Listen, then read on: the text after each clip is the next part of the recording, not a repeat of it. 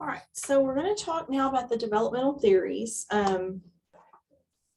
Erickson's theory of psychosocial development tends to be one that nursing uses a lot. So what stage or what is the conflict for school-age kids? So for school-age kids, the conflict in Erickson's theory is industry versus inferiority. And what that means is that kids need to feel competent at some tasks, particularly tasks that they value, in order to develop a strong sense of self in this part of development. If they don't feel that competence, then they are more likely to feel a sense of inferiority. They gain satisfaction from independence. So school-age kids like to be able to do things. They like to have some independence. Developing skills helps their social success. So if they're able to do things, they tend to be more successful with peers.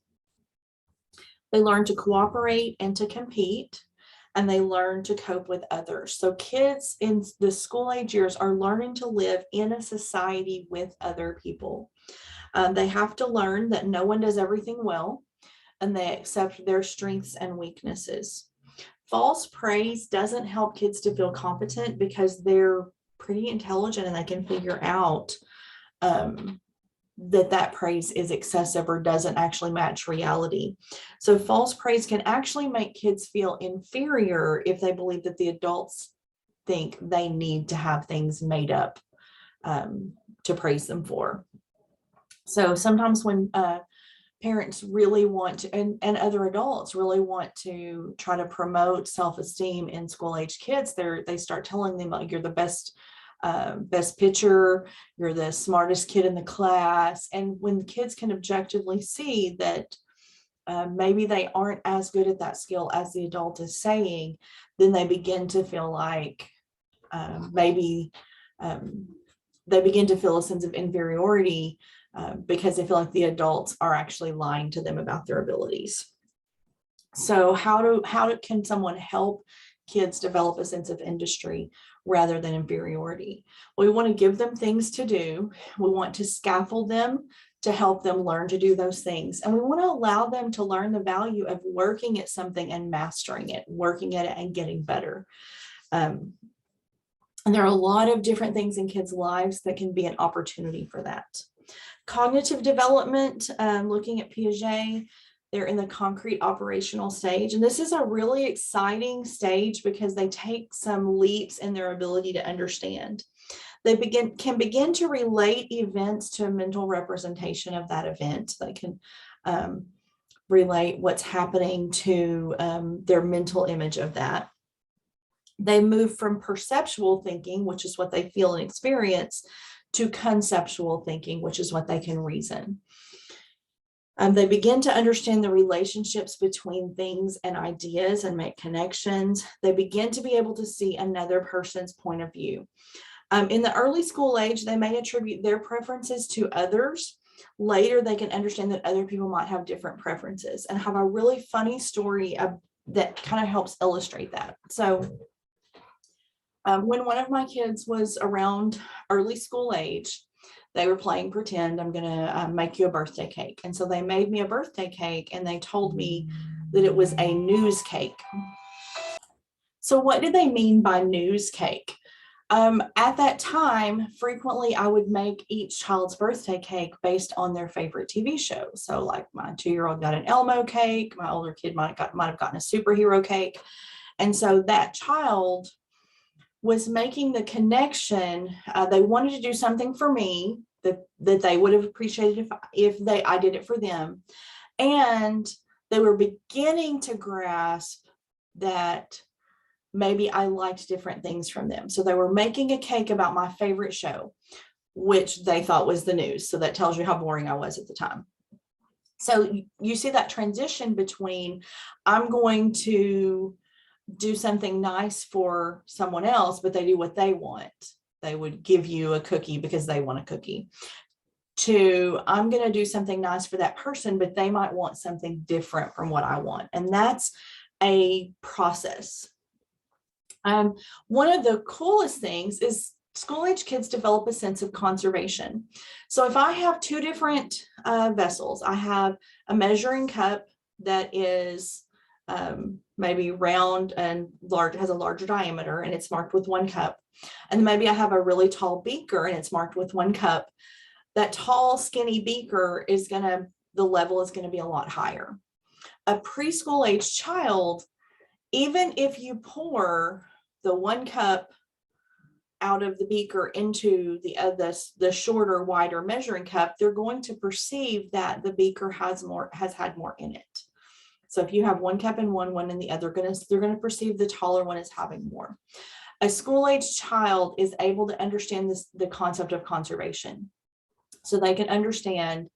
I know they may not be able to estimate that by looking at it, but if you show them, there's a measurement, this has 1 cup, this has 1 cup, they're able to tell you that it's the same. So the concept of conservation, that something can change shape and still be the same thing or the same amount. They also begin to learn about classification, and they can begin to classify things in more than one way. So a preschooler typically can classify things one way. So they might be able to sort colors or maybe how many wheels a toy has or something, but they can't hold in their heads more than one way of classification. School age kids can do that. So I want you to think about what those first and second graders love to do. They almost all have some sort of collection, and they sort it and reorganize it all the time because they're playing with those classifications. They can understand relational terms, big, bigger, biggest, etc. In the early school years, they learn to read, they learn to tell time. They begin to learn about things in time and space. They learn about geography. These things are near or far away, and they learn about time. This thing's happening now. This thing happened a long time ago. All of those things require symbolic thinking. So they've developed the ability to think symbolically, but they are still very concrete thinkers. They don't have the ability yet to think abstractly. That's why they really struggle with things like algebra, because they have to have the ability to think more abstractly for that. Kohlberg's theory of moral development. This is a theory that that's been helpful as in understanding kids' motivations for things. So I want you to think about this in terms of why kids behave as they do. In the early school years, remember, Kohlberg is basically about how they determine what's right and wrong. In the early school years, that's based on reward and punishment, following the rules. Sometimes they still have a little bit of that magical thinking hanging on from the preschool years. So they may interpret illness as punishment for being bad, for example. Later school age, they let go of the magical thinking a little bit, mostly. They may judge actions by their intention instead of just the consequences, and they can begin to see different points of view. They can also begin to understand the concept of treating others as they want to be treated. So I want you to think about a first grader. Frequently, if a first grader is accidentally hit or pushed on the playground, they don't understand that it wasn't accidental and they may retaliate, right? A third or fourth grader should be able to understand, oh, he tripped and fell into me, and so he wasn't trying to push me. So, and they can begin to see situations from different points of view. That's really important in terms of development. But school age kids tend to be very rules-based. Okay, they move from reward and punishment to law and order. They're very rules-based thinking, follow the rules. As they get older, they begin to question those rules when they get into adolescence, but school age kids are more rules-based. Spiritual development, most school age kids want to learn about the family's beliefs. They may often expect to be punished for misbehavior. And if you ask a school age child who's in trouble what their punishment should be, they often will choose a harsher punishment than the adult would. They tend to understand religion in very concrete terms. They may find religious or spiritual ritual comforting. So frequently this is a period of fairly high religiosity. Okay, in the next section, we're going to talk about social development.